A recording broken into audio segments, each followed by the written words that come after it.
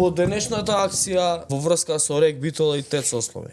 За таа акција, еве јавно ќе му кажеме на Христијан Мицкоски, на Панче Тошковски, на обвинителите на сите. За таа акција максимална поддршка имате од нас како редакција. Сите да ги фатите. А ако ви треба помош, имаме ни информации, ние сме ги пишувале овие текстови, или нека ги прочитаат текстовите или ќе им кажеме не е проблем. За ваква борба со криминал, да, имаат поддршка од редакција. Колбасот ви е во Виена 31 август, има излезе од Македонија во Грција.